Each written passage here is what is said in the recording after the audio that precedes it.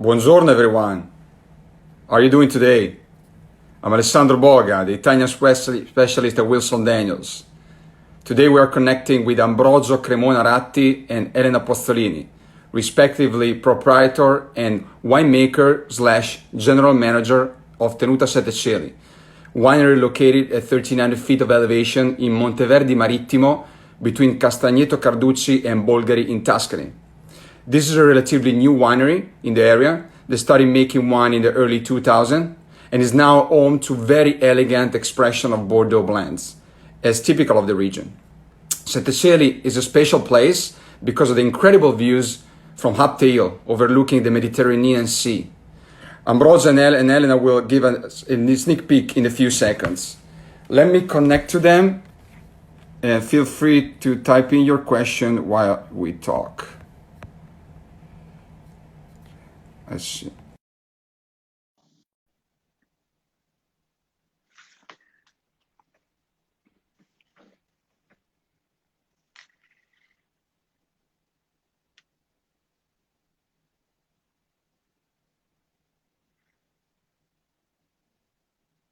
Okay, they're not connected yet. So let me try this again.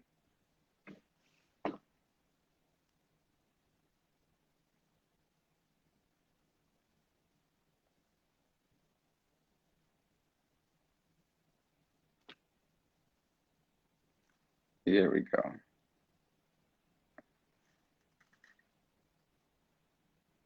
Here we go. All right.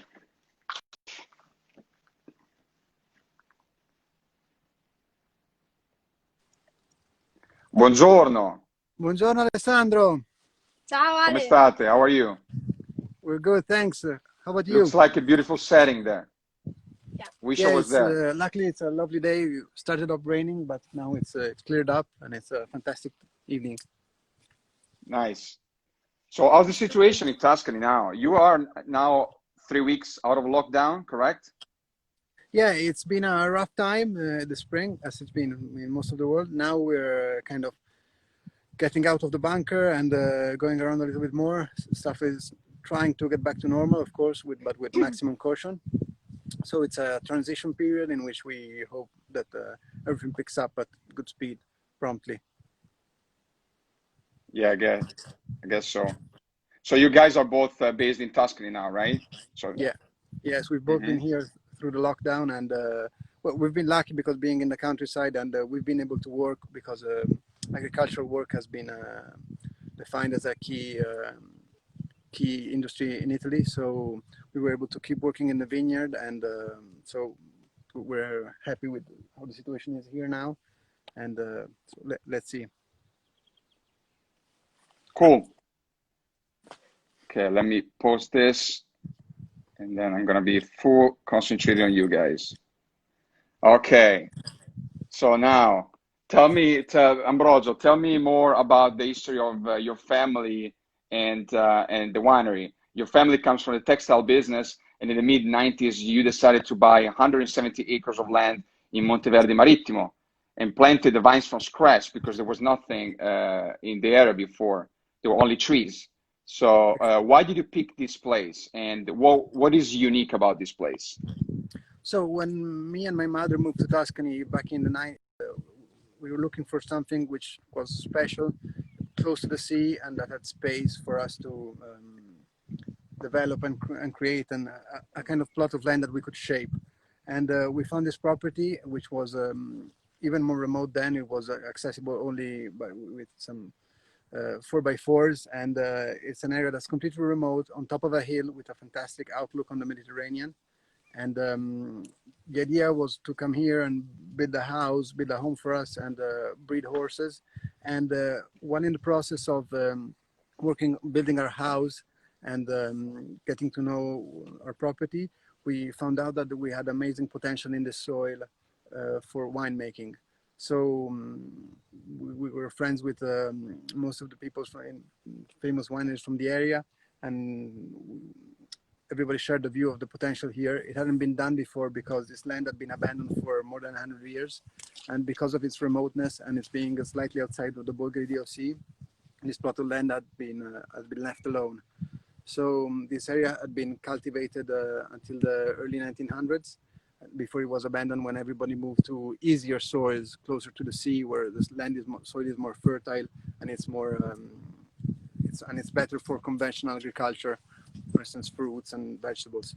So when the vision here was that this soil, which although it's incredibly difficult because of the presence of limestone and clay, we decided to go for it and invest and really try to create something special. As you can see here in the vineyards, we have dry walls. All these walls you see behind us, these are walls built with rocks that were found in the soil of the vineyard. So a very special location, not something you see a lot in this area. And so we really fell in love with the place and decided to build upon it. And afterwards, I took over this passion and expanded these vineyards a little bit more. And now we're very happy with where we are. We're also privileged because being surrounded by forest, we are completely secluded and we don't have any cross-contaminations with neighbors. That's great. Elena, And how's the soil and microclimate in Monteverdi Marittimo? What is the difference between the valley side and, you know, mostly the vineyards of Bolgheri and Castagneto Carducci? Yeah. So up here, as Ambrogio told you before, we have a very high percentage of rocks. So just to give you an idea, the main street that you find in Bolgheri is called Bolgherese, and this is the street that divided three different kind of soil. So from that street going closer to the ocean, we mainly find a higher percentage of sand because we are closer to the ocean. Then from that street until the bottom of the hill, you find a low percentage of rocks just from the erosion and from the alluvial from the river that goes close the soil. And the percentage of sand is around 40-60%. And up to the hill, you find a very high percentage of clay and then rocks. Sassicaia, for example, sasso means a stone, is because when they prepared the soil, they found a lot of stones. So that's why they call Sassicaia. So here we have the same profile. So many stones that we use to build the terraces, and very high percentage of rocks, of clay, and so poor soil, and it's a good place to plant vines because they don't find too much nutrients. So it's a natural way to control the vigorousness of the plant. And yeah, this is an example as you can of the see, rocks. This is some of the rocks we find here. You see there's lots of quartz here, and all these rock components give, of course, great drainage and fantastic minerality to the soil. Yeah, and as you can see, maybe from the leaves, there is a constantly breeze because first the altitude, because we are 400 meters above sea level, and plus the presence of the sea makes a nice breeze all day. Sometimes it gets too strong, but it's good because it can dry easily the grapes and the leaves, and so it helps. Obviously it doesn't preserve from any disease, but it helps a lot, especially when we arrive to the harvest time, to get dry the grapes. And so we are organic, so it helps a lot to don't have too many issues with botrytis or many other diseases. And so we have a high density. So here on the top of the hill, we are 9,300 plants per hectare. And this is a natural way to control the production because the roots go in competition. So we can control the development of the shoots. And so this is a kind of way, plus many other operations, to control production. And as I told you before, we are organic, so we believe a lot to respect what we grow and to respect the environment around us, because there are so many good insects that they can find with the bad one. So we want to preserve all these things. And we are very careful to the balance of the vineyard. So we don't work with any recipe because the recipe doesn't work. Every year change. So climate change, for example, you can see how and every year the temperature is getting hotter, and so it's important to be sensitive, to be present in the vineyard, and the timing of the many operation that we need to do during the period of in the summer, or in the spring, in the summer, in the harvest time. So it's a very important to have a good team and to do to do the right thing in the Right time. the right time. So this is makes the differences. And And you're mentioning like climate change that is getting hotter and hotter, but you definitely have an advantage by being yeah, on the top of the hill and having that much Yeah. breeze to really cool down the yeah, Yes, temperature. absolutely. I remember you guys saying that sometimes the grapes ripen almost a month up later compared to the valley side, correct? yeah, Yes, because there's two factors that come in. First, there's a difference in temperature because here we're usually 3, 4, 5 degrees cooler than down at sea level. And Hmm. secondly, this breeze. So the breeze keeps the temperature, cool down. Yeah. low, even under the sun. Even if it's a warm day, the breeze doesn't let everything cook up so much. So it really makes a big difference in the perceived temperature for the plants. And this adds a lot, Preserve the acidity. preserves Yeah. acidity and aromas throughout the warmest months. And also harvesting 1 month later gives you the last phase of ripening in a much cooler period. And this helps a lot with the quality of the grapes. So Ambrogio, you tell us the reason why you decided to call Sette Cieli the name. The incredible views that probably you're gonna show us in a Yes. few minutes, but Yes, of course. So Sette Cieli means seven sky, but also seven heavens. And as you can see here, we are in a fantastic position with the sea down there that you can see in the distance. Mhm. And it's a fantastic area, very breezy. And as you can see, there's not much around us that is a lot higher. So this gives us the ability to really feel on top of something, and having clear views all around us is what inspired us to call the vineyard Sette Cieli. What is the closest vineyard you have? It must be like pretty far, right? Oh yeah, absolutely. So in a straight line, it's actually Sassicaia, which is Uh-huh. 3 miles away. And the first vineyards in the area, very interestingly, are at the highest altitude in the Volga Sea. So we think there's something to that. They were onto something, and now with a much warmer climate nowadays, this advantage is even more clear. Mm-hmm. So And that is our. And the other vineyards close. yeah, and the other vineyards that are close by are our vineyards down in Bulgari, and these are about 2 miles away also, in a straight line, mind you. If you have to drive somewhere, it takes you half an hour. Yeah, which is the only basically Bulgari DOC you make from a little lower elevation, because where you are is outside of the Bulgari Yes, denomination, exactly. so you're doing only Toscana GTs.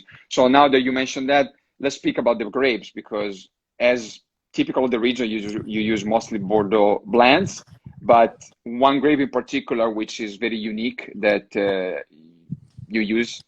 Tell us about all the grapes. So here we started with a classic Bordeaux style grapes. So we have a Cabernet Sauvignon, Cabernet Franc, Merlot, and then we added Malbec to the mix. And this the original idea was that Malbec used to be a big part of Bordeaux in the early 1900s, and before it was grafted, and due to its thin skin and how it behaves in similar climates. So we experimented. We have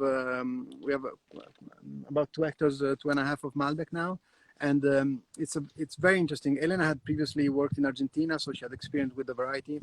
But when she came here, she found that it was something that was behaving completely different, and had much more. It's a variety that has a great width, and but also in these conditions, it's very elegant, has very interesting floral aromas that are something quite special.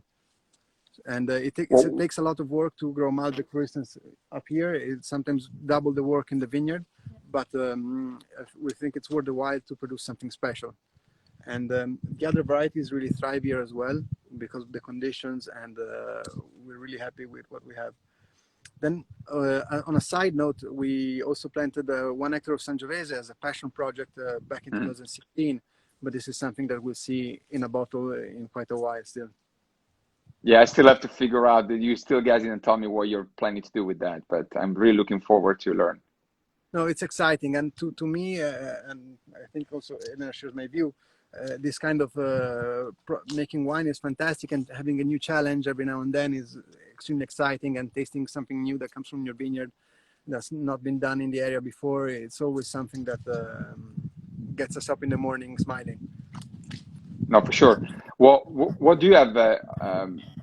Which grape do you have there? Like with these vines that we're seeing, what is that? So What is the grape you have there? In the Merlot vineyard, in one of the. You're in the Merlot vineyard, okay. Yeah, the 4th terrace. Okay. Yeah. So here we're in terrace number 4, and so counting down from the 1st terrace, this is the 4th, and then there's the 5th terrace, Madonnino, and on the 4th terrace and on the 5th we have.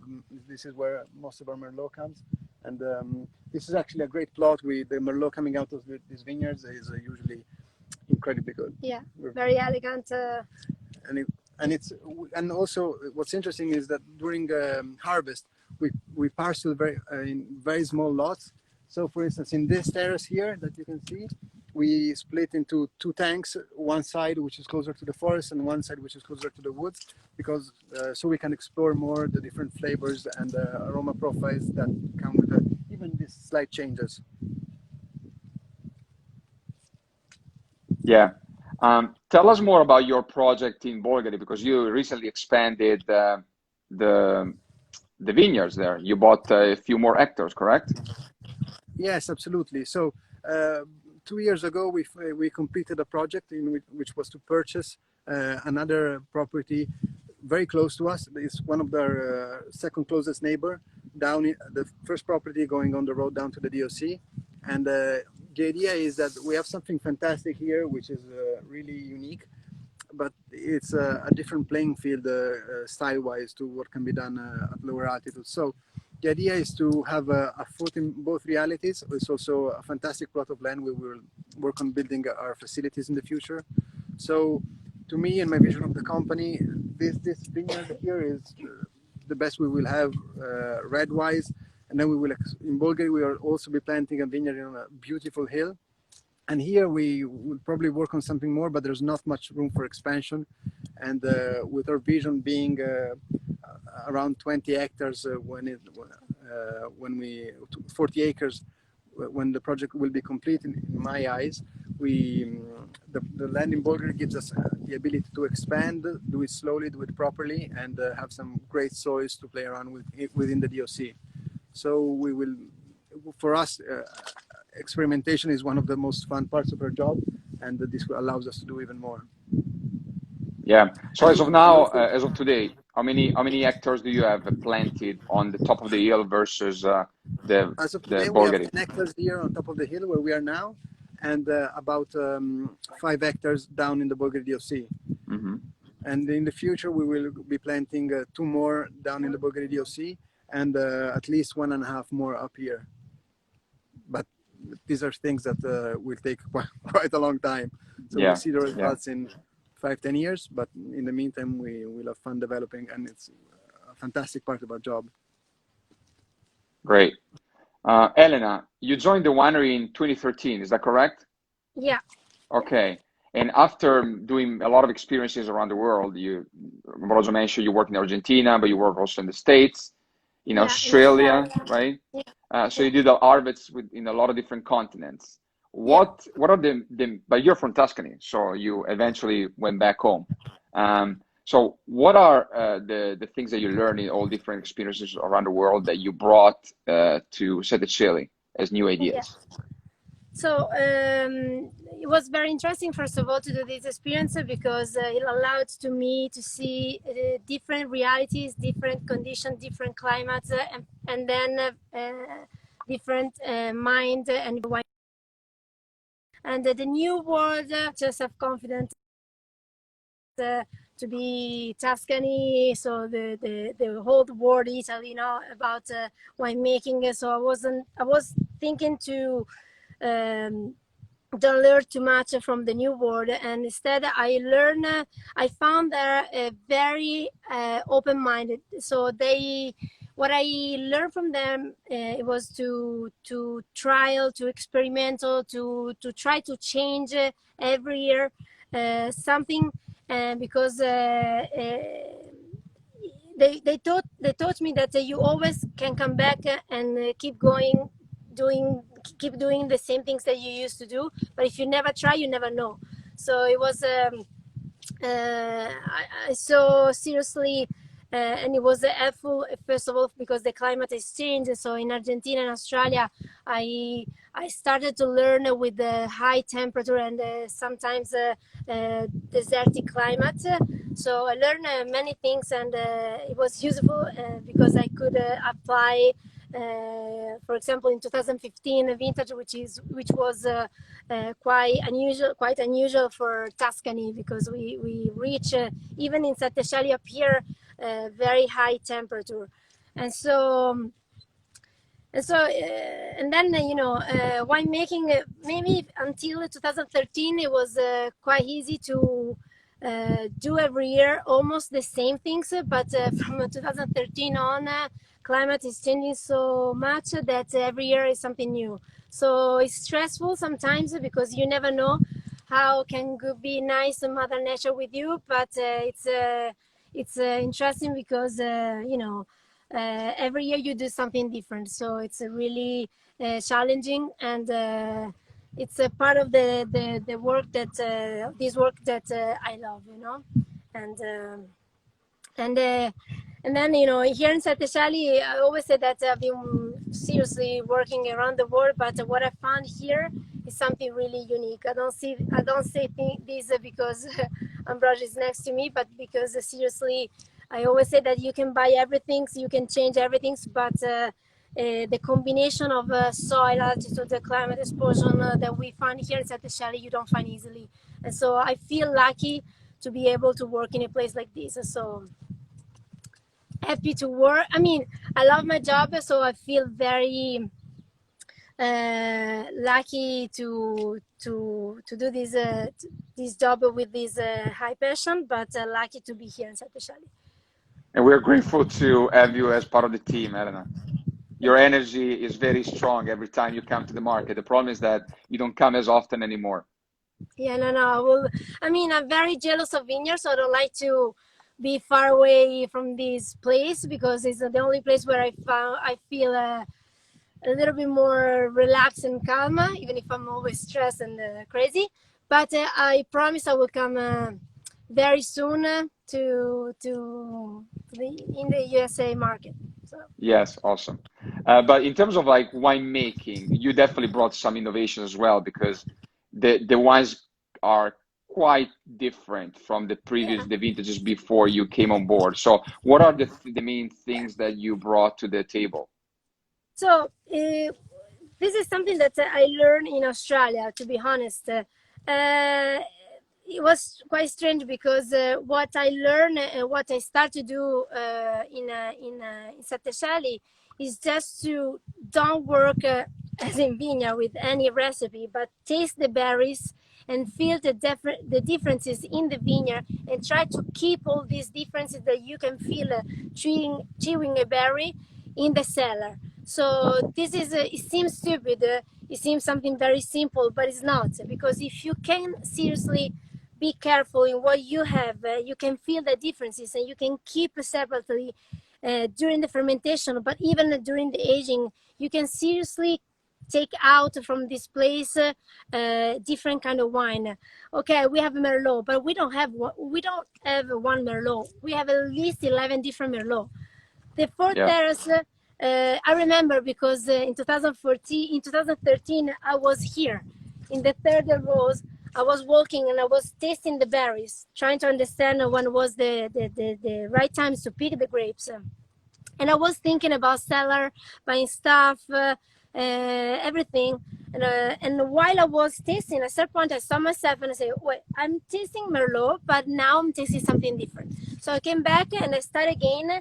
And from that point on, I realized that here in Sette Cieli, as all around the world, but you find seriously many different kind of parcel, because change the soil, change the exposure, and even inside the same plot you can find different microclimate, and try to keep everything separately, make the differences. And the wines at the end talk and speak about the place, okay? Obviously, for us, it's important that the wines, when you taste a glass of wine, you first understand and recognize the Sette Cieli, and then you recognize the vintage, because obviously we don't work the vineyards, the vines are not on the roof, so they need to talk about, they had to talk about a vintage. But this is what we are looking to preserve and to, you know, to preserve in the wine, in the glass that you are tasting, to feel this place, you know. And so that's why we don't use white yeast, we don't use select yeast, but we started a collaboration with the University of Pisa, trying to isolate it and study our own yeast. We are lucky because we don't have any neighbors, so no You don't get contaminated. Yeah, for anybody. And so we found 54 different yeast. Then we reproduced in the vineyard, in the lab, and we understood that only 7 were good, able to bring until the end of the fermentation. And then we selected only 4, and we mixed these 4. And so just in case we need to use some yeast, we have our own yeast, because we don't want to change anything from here. And so first of all, try to keep everything separate in the vineyard, and first of all try to, you know, do a very good job in the vineyard. Then in the cellar it's quite simple, no recipe, our own yeast, and then every day we taste the juice, and we do what is the right things to do every day, daily. So we don't want to stress and to force anything. We don't want to force nothing in the vineyard. We don't want to force anything in the cellar. And the another important thing is the time of picking. You know, we make red wine, so sometimes I discuss with my colleague about the percentage of sugar, acidity, pH, numbers.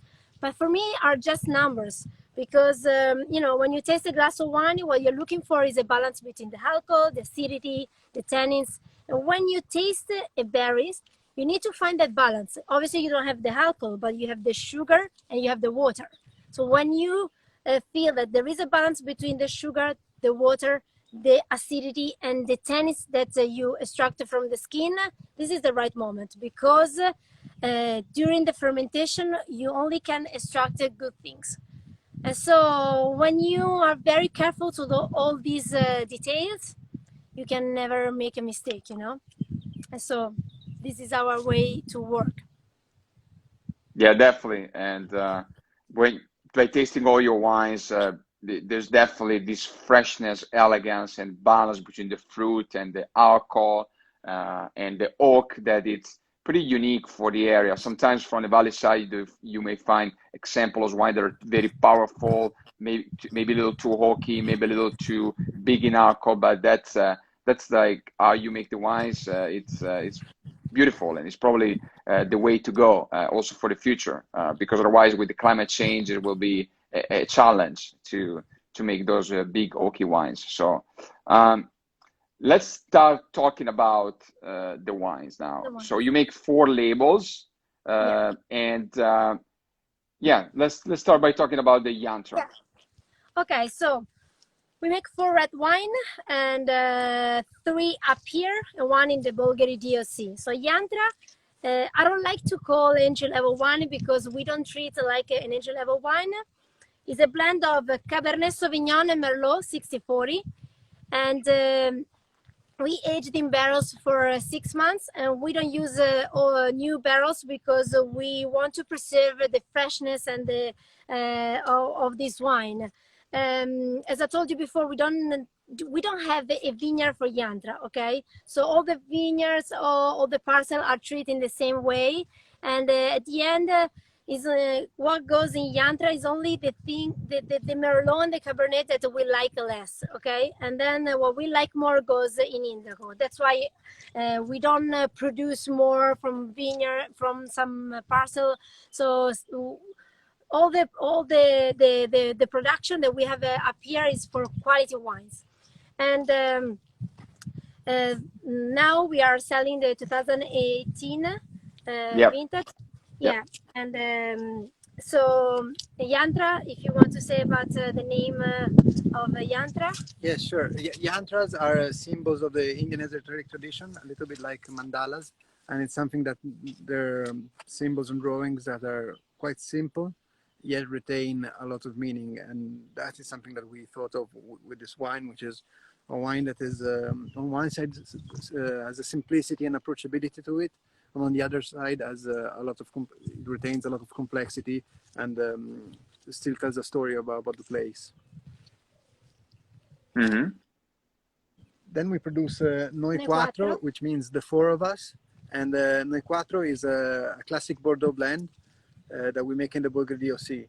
This is a great wine with fantastic roundness and ripeness, and this was a project that we started back in 2012. Yeah. And the idea was to experiment with some vineyards in the DOC before we had our own. So we started doing this, and it's something different, a little bit different style-wise compared to our other premium wine. The Quattro does 14 months in oak with around 40% new oak, all French barriques. So it's a quality-driven product in which we really try to experiment with another soil type and dimension. So, And it's a blend of Cabernet Sauvignon, Merlot, Yeah. Petit Verdot, and Cabernet Franc. so it's very classic Bordeaux blend. Yeah. And then we come back up here. So we have Indico, which is a blend of Malbec, Cabernet Sauvignon, and Merlot. So aged in barrels for almost 18 months. And we keep in bottle aging for at least 12 months, just because the wines that come from up here, they usually have a very high acidity. So when this high acidity makes the wines with a very high potential of aging, but when they're younger, they are a little bit close and tight. That's why when we start selling this wine, we at least Try to wait 4 years at least usually. So it can be it can start to be understandable for everybody. And so Malbec here growth is very interesting because at this condition, as Ambrogio told you before, is tough because they suffer a little bit the humidity and the rains because the skin is quite thin. But it's incredible the contrast that you have from the perfume, very delicate on the nose. You smell roses and violets, and then when you taste it, it's so powerful. So it's very interesting and nice the blend between Merlot and Cabernet Sauvignon. But may I miss that you don't use Malbec anymore in the Indico? No, we do. Yeah, we do. Okay. Yeah. No, sorry, because you said only Cabernet Sauvignon and No, Merlot. it's nice the blend with the Malbec, with the Merlot and Cabernet Sauvignon. Okay. And the balance is pretty much the same, like it's almost a third each, correct? Yes, Yeah, exactly. 1/3. Yeah. Of each. Okay, Yeah. good. And And we can. Indigo means blue indigo, and is quite unique, special because during the sunset, all around it becomes blue indigo, and so it's the main color that you can see here from the property. As I was able to see with my own eyes when I came to visit you guys, so it's I missed that. We can also say that probably Indico is the most, let's say, is the flagship wine of the winery, right? Because it's so unique. Yeah, it's very extremely representative, and it's a wine that really it's Cabernet Sauvignon, Merlot, and Malbec, but it's a very narrow selection, so it's the best of these varieties. Mm-hmm. We really put out of work in this wine, and I think it's a wine that ages beautifully and has fantastic potential. Great. And the last one, but not the least one, is a Scipio, which is a Cabernet Franc 100%, aged in barrels for 2 years and 2 years aged in bottles. And Cabernet Franc is a very sensitive varietals, so we didn't make it every year because Cabernet Franc needs a warm condition, especially at the end of the season, just to get the perfect ripening of the skin. And what we want in this one is just to preserve the elegance of the Cabernet Franc. So we don't want to extract herbaceous too green aroma, so which is not typical of Cabernet Franc, but just when it's ripe, you can feel this. So it's a very small crew, so we make in the best year, and it's quite unique because Cabernet Franc shows very great and Yes, it's a wine again that we don't make every vintage, but we make it when we're happy with having the best Cabernet Franc that possibly can come out of these vineyards. And so far we've been extremely happy with the product, with how it's showing and how it's evolving. Of course, the vineyards have been planted here between 2001 and 2002, so we're still seeing how the wine will develop through time. But it's a very exciting process, I must say. Scipio. And Scipio, of course, is the name of the great general Scipio Africanus. It was a Roman general that fought in the Second and Third Punic Wars. I myself am very passionate about the ancient history, and Scipio roamed this area, and he was a very influential figure in Roman history and history in general. So this is where the name comes from. Well, and even though you don't make it in every year, this is definitely another very unique wine that you make, because to what you said, 100% Cab Franc from the area is not that popular, and Cab Franc itself is one of those grapes that tends to divide people when you talk about it. But the way that you make it is very different, and makes a beautiful expression of Tuscany. So Thank you. It's definitely another great wine that you make. Right now we have the 2015 Scipio. So it's we're showing beautifully. So yeah, we're very happy with the 15 Scipio. I think it's a wine that even now is starting to show, especially if you give it a little time to breathe. It has some wonderful notes, and we're super excited to see how it will age. yeah. So tell us some food pairings that you would recommend, something that we can find in the States. So starting off with Yantra, it's a wine that is very easy to pair. It's a wine that goes well from an aperitivo with just some light finger food to being paired with some just a dish of pasta or something simple. And it doesn't need a strong counterpart in food to show itself and to shine. This is that's one of the main characteristics of the wine. It's easy to drink, goes well with everything because of its soft endings, goes well from anything from some pasta or a pizza, for instance, all the way through a more complex meal and some meat. So it's a very, very flexible wine to pair, and so extremely easy. Next up, while Noi Quattro, on the other hand, is a wine that's a little bit more ripe, has more structure, and it goes well with some meat, for instance. Cheese. Yeah, but what kind of meat would you pair? Goes well with a steak. While as we move up with Indaco and Scipio, so Indaco is a wine with great structure, fantastic acidity, so it's a great food wine. I think some of the best pairings could be probably lamb and steak, and it can really show itself with the acidity and something that is strong flavors on the other side can really show very well. While with Scipio, we go more for stuff like cheese, although it can be paired very well with meat.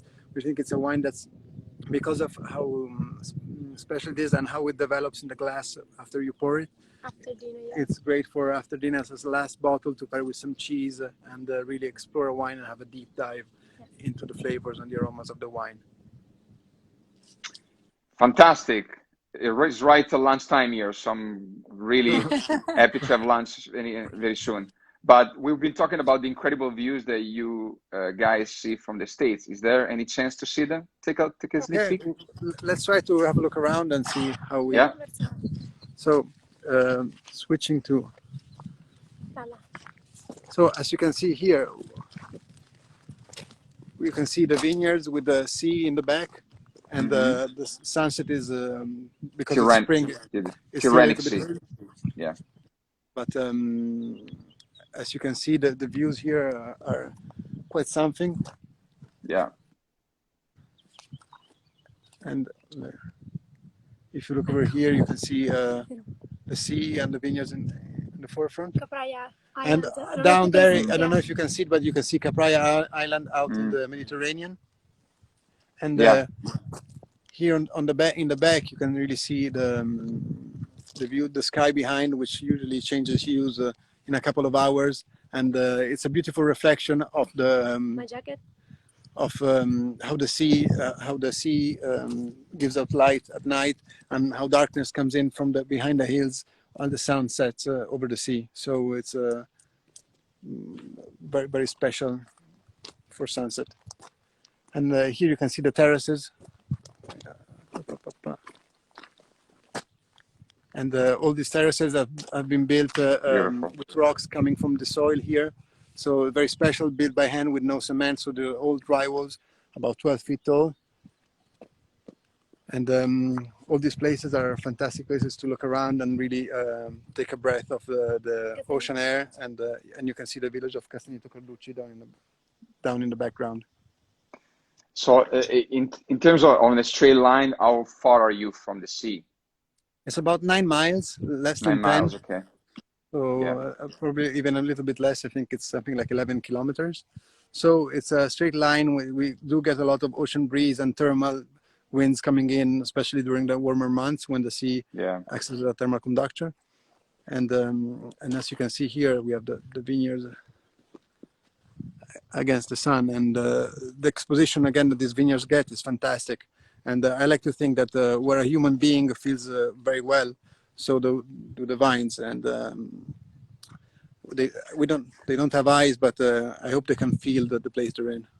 I think it's the most beautiful postcard to describe the under the Tuscan sun idea.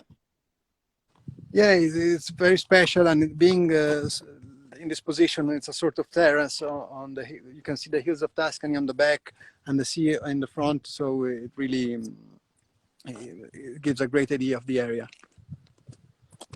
Yeah, fantastic! I can't wait to come back. Hopefully, I was supposed to be there in September, but as you know, it's not going to happen. So maybe next year. We really hope to welcome you soon, and we can't wait to have people coming back over to us. This place is a lot about sharing, and it's been a tough time not being able to share what we have here. Yeah. No, it's definitely one of those places that you really need to visit to fully understand the uniqueness of a place. So, which is very different from any other of the producers that some people may have visited in the area. So, well, thank you very much, Ambrogio and Elena.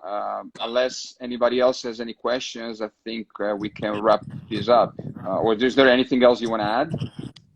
No, we're just very happy to have the time to talk with you guys and share this, and we hope to do it in person soon. Yeah, you gotta come back soon here. Yes, absolutely. Good. All right. Well, thanks again. If if you guys wanna have any follow-up questions, please reach out to us at Wilson Daniels or directly at Ambrogio. His account is Ambrogio Cremona, or Elena at Elena Pozzolini. I'll write them in the comments, and or Tenuta Sette Cieli at Tenuta Sette Cieli. So thank you. Have a great day, everybody, and everybody have a great day and have a good lunch. Thank you. Soon. Thank you. Ciao. Ciao. Ciao. Ciao. Ciao.